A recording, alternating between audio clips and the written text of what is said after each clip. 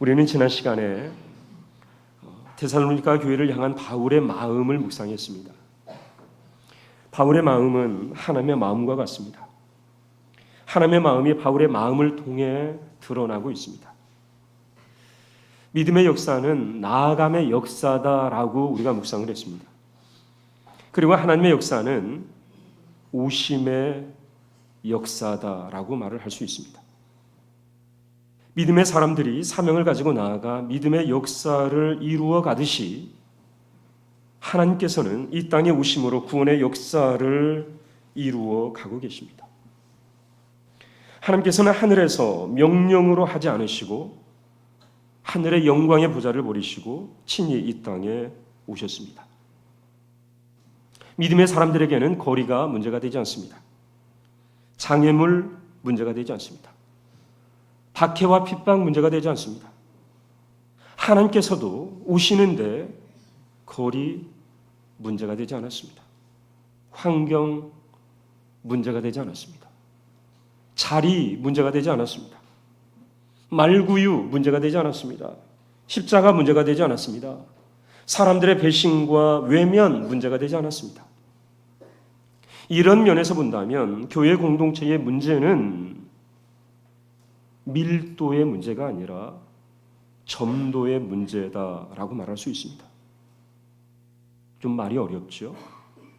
여러분, 밀도는 일정한 공간 안에 많은 개체가 어느 정도 있는지를 양으로 나타내는 게 바로 밀도지요. 여러분, 점도는 개체와 개체 사이의 끈끈함을 점도다라고 말을 해요. 좀 이해하기가 좀 어려우시죠? 여러분, 인구 밀도를 한번 생각해 보십시오. 서울이라고 하는 공간 안에 얼마나 많은 사람이 살고 있느냐에 따라서 인구 밀도가 높다, 또 반대로 인구 밀도가 낮다라고 말을 하죠. 지난 6월 말까지 서울에 주소를 두고 사는 사람들은 419만 가구, 1017만 명이라고 합니다. 인구 밀도가 꽤 높죠. 이 작은 서울 하늘 아래에 1017만 명이 살고 있다는 거예요. 여러분, 인구 밀도가 높다고 하는 것은 사람과 사람 사이의 거리가 가깝다는 말입니다. 그런데 문제는 아무리 사람과 사람 사이의 물리적 거리가 가깝다 할지라도 점도는, 끈끈함은 그리 높지 않다는 데 문제가 있습니다. 여러분이 살고 있는 집을 한번 생각해 보십시오. 아파트입니까? 연립주택입니까? 사람들은 벽을 사이에 두고 또한 바닥과 천정을 사이에 두고 살고 있습니다. 거리를 재보면 50cm가 되지 않습니다. 50cm가 되지도 않은 벽을 사이에 두고 우리는 살고 있어요. 밀도가 굉장히 높아요. 그런데 점도는 제로에 가깝습니다.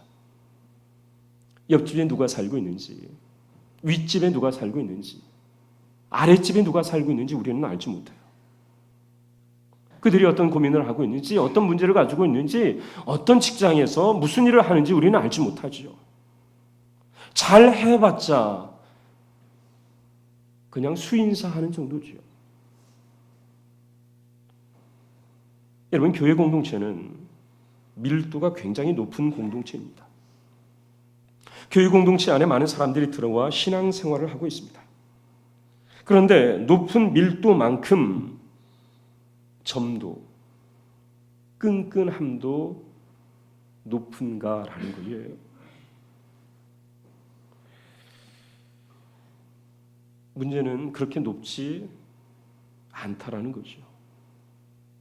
여러분, 모래알을 한번 생각해 보십시오. 모래알은 아무리 밀도가 높아도 점도가 없기 때문에 뭉쳐지지 않습니다. 바람이 불면 날아가고 흩어지게 되어 있습니다. 여러분, 이걸 교회에 적용해 보면 밀도는 높은데 점도가 없는 교회 공동체 있을 수 있습니다. 고난이나 어려움이 생기면 뿔뿔이 흩어지는 교회가 있습니다. 큰 일이라도 생기면 나 몰라라 하고 내 일이 아니라고 하고 구경꾼이 되고 방관자가 되는 성도들이 있습니다. 누군가가 하겠지. 누군가가 할 거야. 목사님이 할 거야. 사모님이 할 거야. 장로님들이 할 거야. 그러면서 구경하는 사람들이 있습니다. 이러한 공동체 안에는 나만 있을 뿐 우리라고 하는 공동체 의식은 없습니다. 여러분, 왜 바울이 디모데를 데살로니가 교회로 파송을 합니까? 여러분, 데살로니가 교회는 쉽지 않은 교회였습니다. 교회가 쉽지 않은 것이 아니라 그 교회를 둘러싸고 있는 환경이 쉽지 않았습니다. 거기에는 핍박이 있었습니다. 바울을 잡아 죽이려고 하는 사람들이 있었습니다. 사탄의 회방과 방해가 있었습니다. 목숨을 노리는 사람들이 있습니다. 거리도 가깝지 않죠. 굉장히 먼 거리입니다. 그런데 왜 바울은 데살로니가 교회로 그렇게 가려고 하고 있습니까? 안달이 났어요. 그렇게 하지 못해서 디모데를 파송하고 있지요. 거리의 문제가 아니라는 거죠. 목숨의 문제가 아니라는 거예요. 문제는 복음 안에서 만들어진 끈끈한 사랑이 있는가라는 거예요. 바울에게는 이러한 사랑이 있었습니다. 밀도의 사랑이 아니라 끈끈함의 사랑이 있었다는 거죠. 거리가 아무리 가까워도 모리알처럼 사는 사람들 분명히 있습니다. 반대로 거리가 아무리 멀어도 장애물이 있어도 복음 안에서 끈끈하게 하나가 되는 사람들이 있습니다. 모리알 같은 교회, 반대로 말씀으로 사랑으로 끈끈하게 뭉쳐진 교회가 있습니다. 하나님께서는 어떤 삶을, 어떤 공동체를 원하실까? 자명하지요. 사랑으로 하나 되는 끈끈함을 가지고 있는 교회를, 성도들을 원하고 계신다라는 사실입니다. 바울은 이 끈끈함을 가지고 디모데를 데살로니가 교회로 파송을 합니다. 그러면 바울은 디모데를 왜 그 끈끈함을 가지고 데살로니가 교회로 파송을 할까? 목적이 뭘까라는 거예요. 여러분 2절 말씀을 보십시오. 우리 2절 말씀 우리 다 같이 읽어보겠습니다. 시작.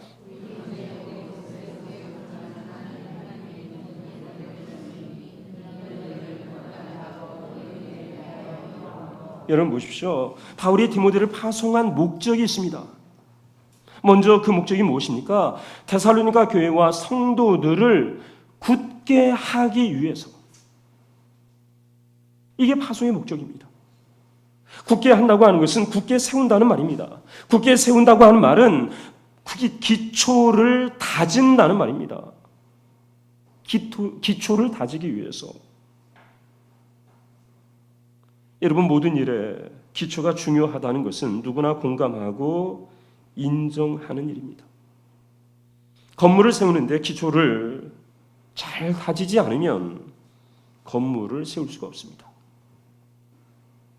기초를 다지지 않고 건물을 세우면 그 건물은 금방 무너지게 되어 있습니다. 여러분 학교에서 선생님들이 기초를 강조하죠. 왜 기초를 강조합니까? 배움 중에 있는 학생이 여러분 그 기초 학력이 되지 않으면 다음 단계로 못 나가죠. 더하기 빼기 나누기 곱하기를 못하는데 어떻게 방정식을 할 수 있겠습니까? 어떻게 분수를 하고 어떻게 함수를 하겠어요? 할 수가 없는 거죠. 여러분 교회는 어떨까요? 신앙은 어떨까요? 사람들만 모이면 교회가 될까요? 믿습니다라고 외치기만 하면 신앙이 될까요? 세례만 받으면 신앙인이 될 수 있을까요? 그렇지 않다라는 거죠. 얼마든지 확신이 없음에도 불구하고 믿습니다라고 외칠 수 있습니다. 아무리 잘 살핀다 해도 얼마든지 믿음이 없음에도 불구하고 확신이 없음에도 불구하고 세례를 받는 사람이 있습니다. 가려낼 수가 없습니다. 교회가 교회되기 위해서는, 신앙이 참 신앙이 되기 위해서는 굳건한 기초가 필요합니다. 굳건한 기초를 전제로 하지 않은 교회와 신앙은 모래와 같습니다. 모래는 아무런 힘이 없습니다. 바람 불면 이리저리 날리는 게 바로 모래입니다. 모래 한 알 한 알이 따로따로 존재합니다. 뭉침이 없습니다. 하나됨이 없습니다. 그래서 어떻게 될까요? 하나의 목표를 향해 가질 못해요. 각자가 다 따로 놀지요. 원하는 대로 가요. 그렇다면 우리 신앙과 우리 교회의 기초가 뭘까? 뭘 기초로 교회가 세워져야 될까? 그것은 십자가의 복음입니다. 바로 예수 그리스도죠. 예수 그리스도를 기초로 하지 않은 교회와 신앙은 가짜입니다. 예수 없는 교회, 인본주의 교회입니다. 예수 없는 신앙, 종교적 신앙에 불과합니다. 여러분, 진짜 교회와 진짜 신앙은 십자가의 복음을 기초로 해서 세워진 교회가 진짜 교회요, 진짜 신앙입니다. 한국 교회가 왜 이단 사이비에 취약한 교회가 되었을까? 왜 약할까? 여러분, 교회도 많고 신학교도 많은데 밀도로 치자면 세계 최고일 것인데 왜 이단 사이비 교회에 그렇게 한국 교회가 취약할까?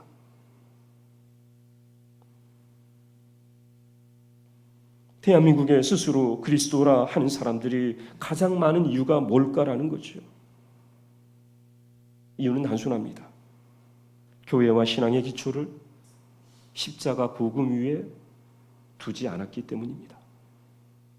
다시 말하면 교회와 신앙이 예수 그리스도의 복음 위에 서 있지 않기 때문에 이단 사이비에 약하고 그들과 맞서 싸울 수도 없고 교인들을 뺏기고 그들이 문을 두드리기라도 하면 무서워서 열지도 못하는 나약한 신앙인들이 되었다라는 것입니다. 여러분, 흔들리는 교회, 무너지는 교회들을 보십시오. 내홍을 겪고 있는 교회들을 보십시오. 문제 있는 목회자들, 문제 있는 장로들, 문제 있는 성도들을 생각해 보십시오. 드러난 문제의 모양은 다를지 모르지만 근본적인 원인은 똑같습니다. 하나같이 복음에 굳게 서 있지 않다는 것입니다. 예수 그리스도 터 위에 세워지지 않는 교회, 신앙인들이라는 거죠. 그러면 어떻게 해야 될까? 그들이 과연 무엇을 기초로 세우고 있을까? 무엇을 기초로 삼고 있는가라는 거예요. 문제가 되는 교회, 문제가 되는 성도들, 그들의 기초는 사람의 욕심과 탐욕입니다. 이런 교회 안에 들어온 사람들은 이 땅에서 누리는 부귀와 영화를 향하여 달려가는 사람들입니다. 여기에는 하나님의 나라가 없습니다.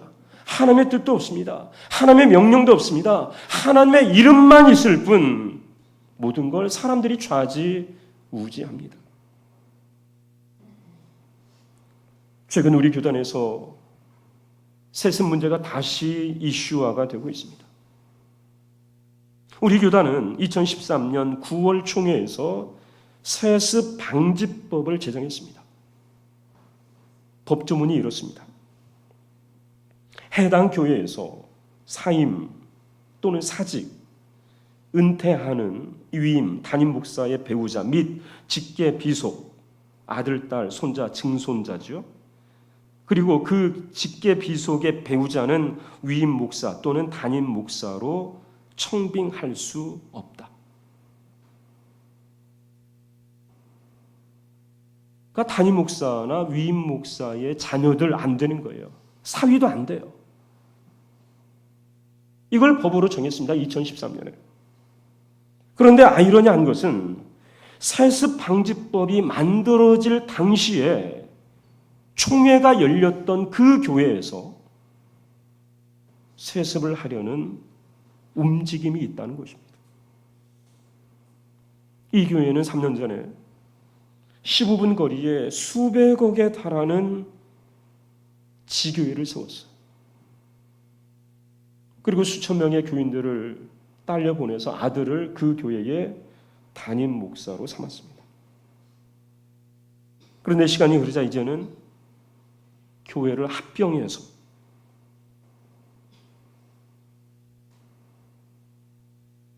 기가 찰 일이죠. 3년 전에 교회 개척을 했는데 3년이 지난 다음에 교회 합병을 한다는 거예요. 그렇게 해서 세습을 하려 하고 있다는 거지요. 그 아들이 담임하는 교회 홈페이지는 그 교회를 이렇게 소개하고 있습니다. 예수님이 머리 되시고, 여러분 잘 들어보십시오. 교회 홈페이지에 이렇게 써져 있어요. 예수님이 머리 되시고 본 교회에 신앙의 뿌리가 있으며 모든 일에 선교의 목적을 가지고 지역을 품고 세계를 섬기는 교회. 기가 막히죠. 더 할 게 없습니다. 교회의 존재 이유가 다 여기에 녹아 있어요. 그런데 그 교회가 합병한다는 거예요. 합병해서 아버지가 하던 목회를 그 아들이 이어받아서 하겠다는 거예요. 교회가 왜 이런 교회가 되었을까요? 여러분, 예수님은 뭐라 하실까요? 성도의 수가 수만 명에 이른다는데 그 수만 명 가운데 세습은 잘못입니다. 하나님의 뜻이 아닙니다. 주님이 원하시는 일이 아닙니다라고 외치는 사람이 하나 없을까? 물론 반대하는 사람도 있겠죠.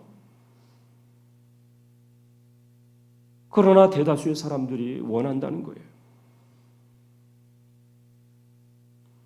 그 대형 교회 앞에 큰 바위 하나가 있습니다. 제가 신학교에 다닐 때 그 교회를 갔어요. 학교에서 가까웠기 때문에. 큰 바위 하나가 있는데 그 바위에 여러분 무슨 말이 새겨져 있는 줄 아십니까? 오직 주님. 이게 그 교회의 모토예요. 오직 주님. 부끄러운 일이죠.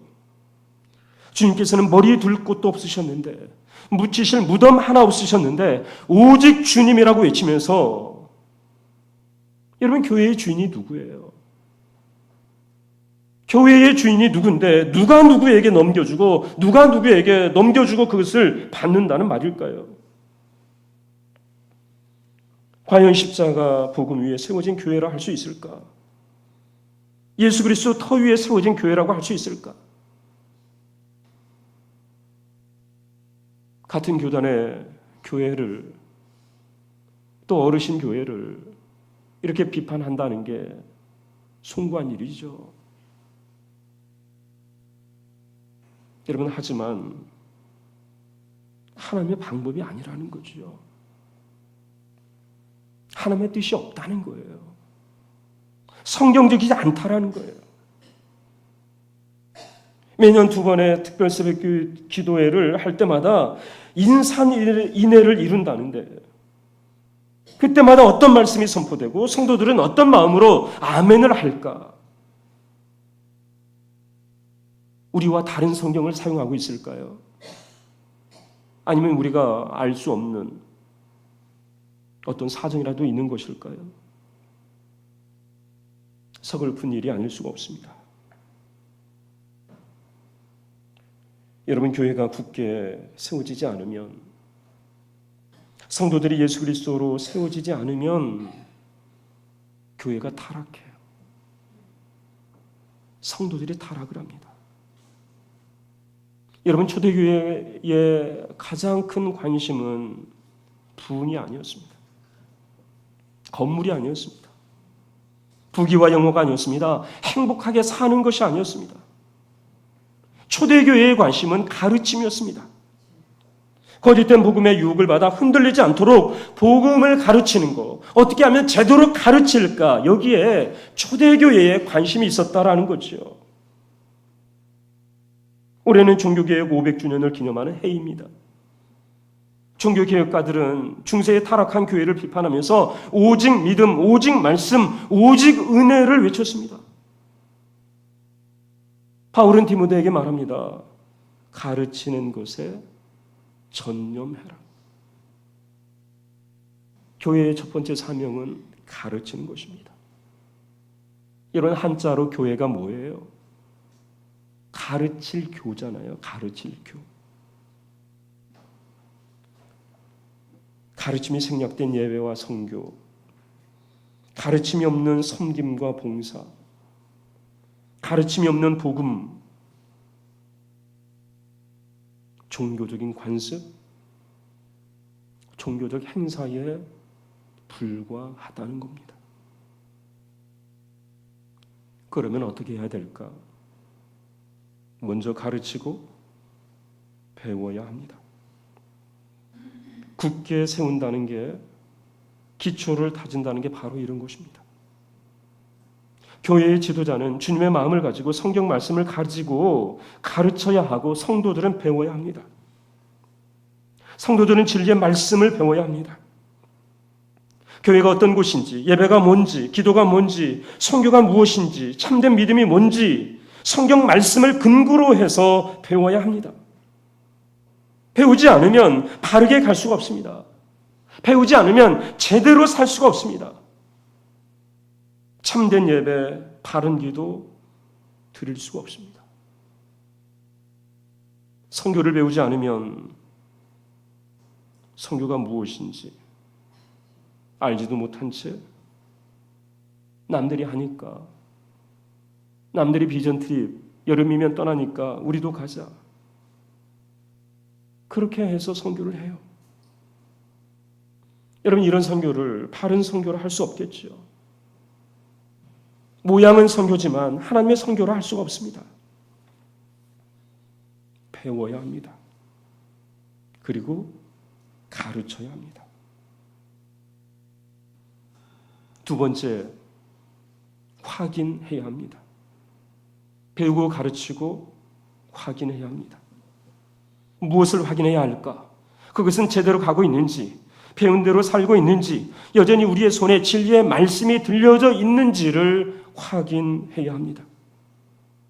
때로 우리가 말씀을 붙들고 있다고 생각하는데 빈손일 때가 있습니다.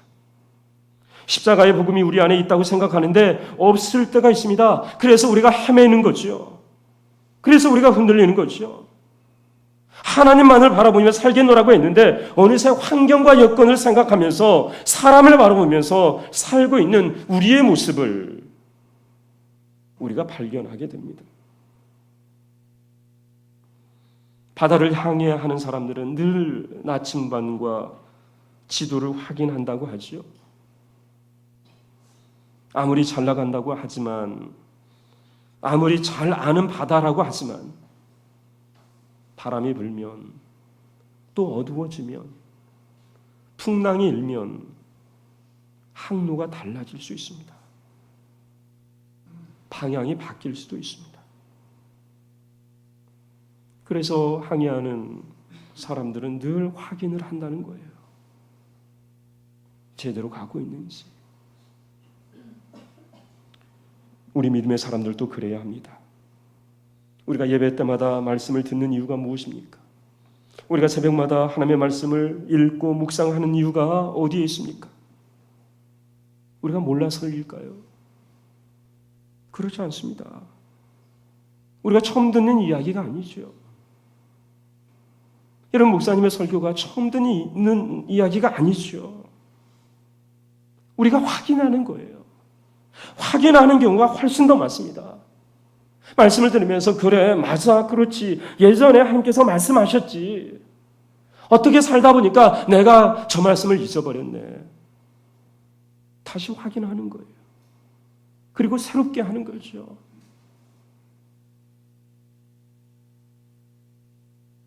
그리고 세 번째, 어떻게 해야 될까? 훈련해야 합니다. 여러분, 운동선수들을 생각해 보십시오. 운동선수들은 입에서 단내가 나도록 훈련을 합니다. 훈련은 예선에 나선 선수들만 하지 않습니다. 본선에 오른 선수들도 훈련을 합니다. 국가대표가 된 선수들도 훈련을 합니다. 아니, 본선에 오르고 국가대표가 된 선수들이 더 혹독한 훈련을 합니다. 누가 시키지 않아도, 누가 강제하지 않아도 스스로 열심히 훈련을 합니다. 여러분, 운동선수가 훈련을 게을리 하면 어떻게 될까요? 몸이 굳어져요.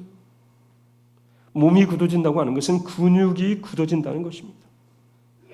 근육이 굳어지면 어떻게 될까요? 힘을 쓸 수가 없습니다. 기술을 쓸 수가 없어요. 그 상태로 경기에 나가면 100이면 100번 다 지게 되어 있습니다.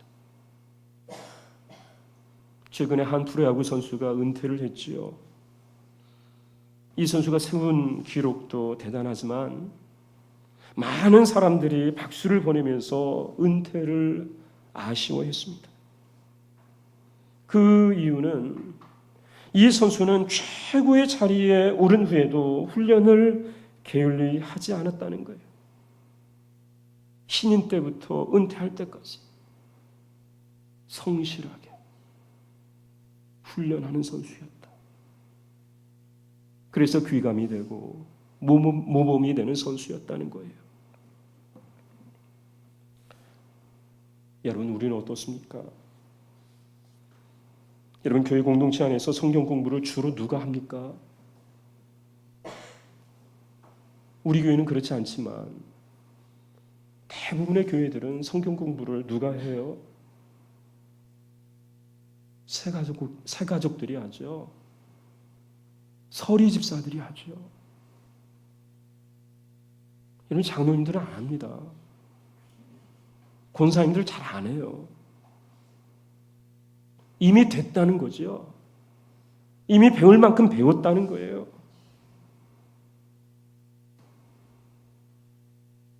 그러나 그렇지 않다는 거죠. 이런 목사라고 다 된 것일까? 그렇지 않습니다. 장로가 되고 권사가 되면 이제 더 이상 성경 공부 필요 없는 것일까? 신앙 훈련 안 해도 되는 것일까? 그렇지 않다는 거예요. 우리의 믿음과 신앙이 딱딱하게 굳어지지 않도록 우리가 하나님께서 부르시는 그날까지 훈련해야 된다는 거예요. 목사도 말씀을 읽고 기도를 하고 신앙 서적을 읽고 배우지 않으면 굳어지는 거예요. 생각이 굳어지고 영성이 굳어지고 그러면 망하는 거죠.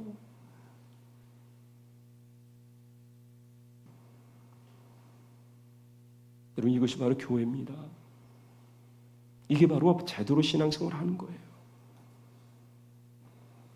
교회와 성도들이 그리고 교회의 지도자들이 신앙의 기초를 다지는 데 관심이 없거나 현재의 신앙을 확인하고 훈련하는데 게을리 한다면 아무리 교회가 외형적으로 커진다 하여도 그 교회는 굳건한 교회가 될 수가 없습니다.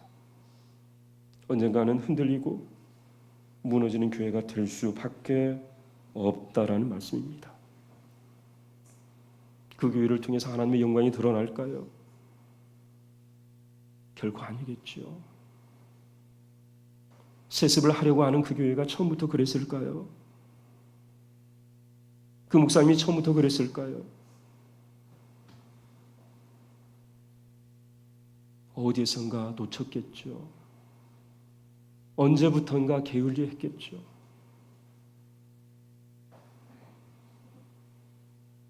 하나님의 교회가 하나님의 영광을 가리고 구원의 통로로 쓰임받는 교회가 아니라 자칫 잘못하면 종교적 쉼터에 불과한 교회가 될 수도 있다라는 말씀입니다. 하나님께서 말씀하십니다. 배우고 확신한 일에 거하라 말씀하십니다. 계속해서 말씀하시죠. 우리가 시작할 때 확신한 것을 끝까지 견고히 잡아라 말씀하십니다.